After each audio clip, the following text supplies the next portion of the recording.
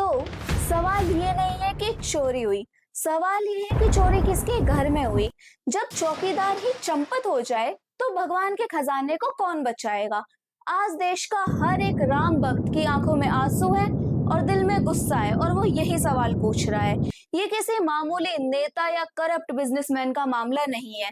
ये डाका डला है सीधा राम लल्ला के चरणों में चढ़ाए हुए चढ़ावे पर, जिसको लोगों ने बहुत ज्यादा श्रद्धा से चढ़ाया था। आस्था के नाम पर इतना बड़ा मजाक। वेलकम टू वकीलगिरी। मैं हूँ गार्गी चौधरी और आज हम बात कर रहे हैं राम मंदिर में हो रहे सबसे बड़े स्कैम के बारे में। चलिए शुरू करते हैं उस रिपोर्ट से जिसने सबकी नींदें उड़ा दी।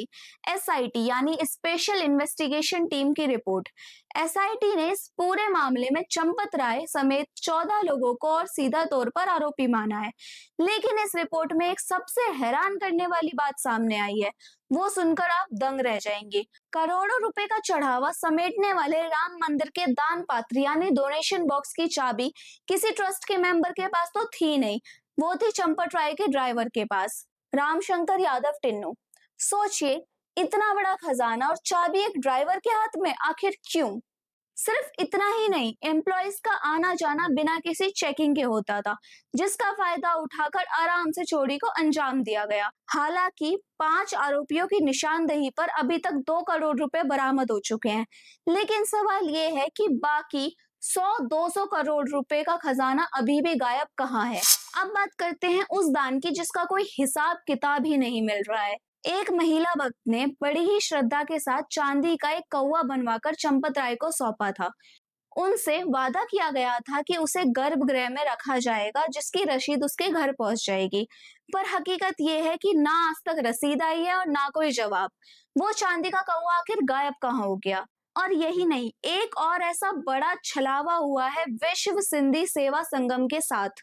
उन्होंने 12 देशों के रिप्रेजेंटेटिव्स की मौजूदगी में 200 किलो चांदी के ब्रिक्स दी थी, जिन पर भगवान झूलेलाल की तस्वीर बनी हुई थी। आज 5 साल गुजर गए हैं, आज भी उस चांदी का कोई अता पता नहीं है, जिसकी कीमत आज बाजार में 7 करोड़ से भी ज्यादा है। और ये सब तब हुआ जब 6 साल पहले एक ऑडिट कंपनी ने साफ चेतावनी दी थी कि मंदिर का मैनेजमेंट सही नहीं है और फाइनेंशियल रिकॉर्ड्स खराब है। पर उनकी वार्निंग को दबा दिया गया, ना सीसीटीवी कैमरे लगवाए गए और ना ही कोई ठीक सिस्टम बनाया गया।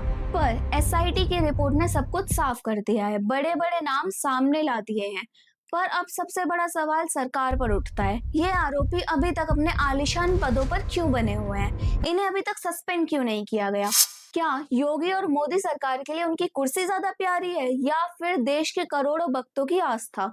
जो सरकार करप्शन के खिलाफ जीरो टॉलरेंस पॉलिसी का डंका पीटती है, वो राम लल्ला के घर में हुई चोरी पर खामोश क्यों है? इस मौन व्रत के पीछे क्या वजह है? आखिर में मैं बस इतना कहना चाहूंगी, भगवान राम ने त्याग, सादगी और मर्यादा का रास्ता चुना। उन्होंने राजपाट छोड़ दिया लेकिन नैतिकता नहीं खोई। लेकिन आज उन्हीं के नाम पर कुछ लोग तिजोरियां भरने में लगे हैं। ये सिर्फ पैसों की चोरी नहीं हुई है, ये हर उस राम भक्त के दिल पर लगाया गया एक ऐसा दाग है जो सालों तक नहीं मिटेगा। जवाब तो देना होगा और एक एक रुपए का हिसाब देना होगा। हम सवाल पूछते रहेंगे। जय श्री राम।